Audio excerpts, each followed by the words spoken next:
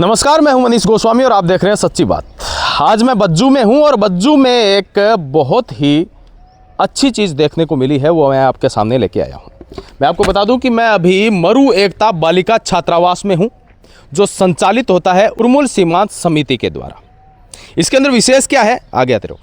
इसके अंदर विशेष क्या है, वो सारी बातें हम हमारे साथ में जो सर हैं उनसे बातचीत करेंगे। लेकिन उससे पहले मैं आपको बता दूं कि क्या 1500 रुपये, मात्र 1500 रुपये में महीने भर के लिए हॉस्टल की सारी सुविधाएं, खाना पीना रहना और इसके अलावा लाइब्रेरी, कंप्यूटर लाइब्रेरी, इस तरह की बेहतरीन और अत्याधुनिक सुविधाओं से लैस ये हॉस्टल मात्र 1500 रुपये में। इसका राज क्या है और ये क्यों है ऐसा, इसके बारे में हम पूरी जानकारी प्राप्त करेंगे। नमस्कार सर। नमस्कार। क्या नाम है सर आपका? मेरा नाम भोजराज सिंह है। मैं उर्मुल सीमांत समिति में एजुकेशन प्रोग्राम में प्रोजेक्ट कोऑर्डिनेटर के पद पर कार्य कर रहा हूँ। जी, अब मुझे बताइए कि ये क्या है सर, किस तरह का हॉस्टल है, क्या फैसिलिटीज़ मिलती है और ये 1500 रुपये का क्या मामला है? 1500 रुपये का मामला तो सिर्फ इसलिए है क्योंकि यहाँ के बच्चे जो भी हैं वो गरीब परिवार से आते हैं, खेती वाले परिवार से आते हैं, तो वो एक महंगा हॉस्टल अफोर्ड नहीं कर पाते। तो उसी को देखते हुए उर्मुल सीमांत समिति द्वारा एक कम खर्च पे सस्टेनेबल हॉस्टल तैयार दिया गया बच्चियों के लिए। ये मात्र बज्जू में है? पूरे राजस्थान में बज्जू में ही है? जी, अभी हमारा ये पहला ही हॉस्टल है और हम उर्मुल सीमांत समिति के कैंपस में ही ये संचालित है अभी। अच्छा, तो मुझे ये बताइए कि यहाँ पे कहाँ कहाँ की बच्चियाँ आ सकती है और इसके लिए क्राइटेरिया क्या है? यहाँ पे कोई भी बच्ची आ सकती है जो 9वीं से लेके 12वीं में अपनी पढ़ाई कर रही है। और हम प्राथमिकता उन बच्चियों को देते हैं कि जिनके गाँव में स्कूल नहीं है, दूर दूर स्कूल जाना पड़ता है, जिनको बहुत दूर पैदल चल के जाना पड़ता है और पैदल चल के भी फिर जब स्कूल जाते हैं तो वहाँ टीचर्स नहीं होते।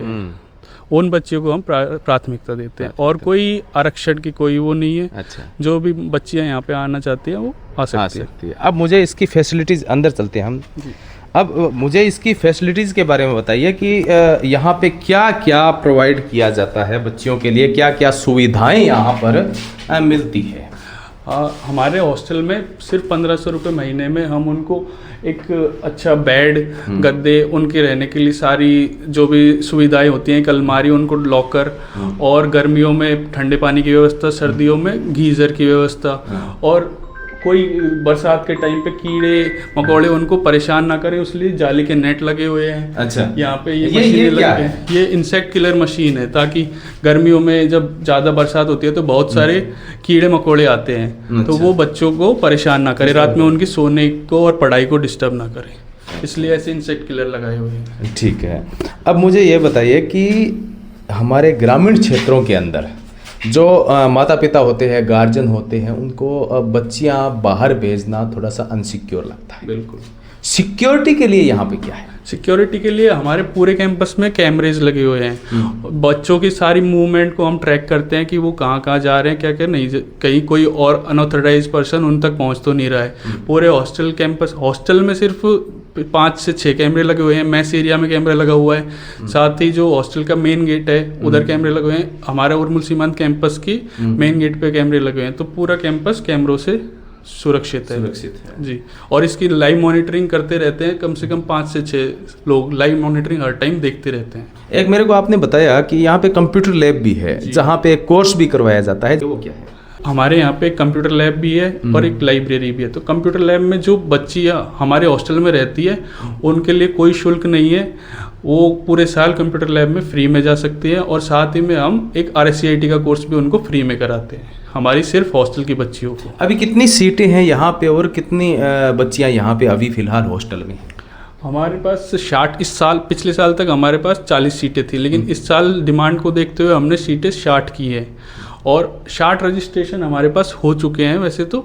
लेकिन अगर कोई बच्ची या जो जिनका मन नहीं लगता है वो चली जाती है तो थोड़ी बहुत 5 सीटें खाली हैं, तो अगर आना चाहते हैं तो वो आ सकते हैं। और बच्चियों की देखरेख के लिए क्या यहाँ पे लेडीज स्टाफ है? जी, यहाँ पे पूरा लेडीज स्टाफ है। यहाँ पे 2 वार्डन हैं और जो कंप्यूटर टीचर हैं वो भी लेडीज हैं।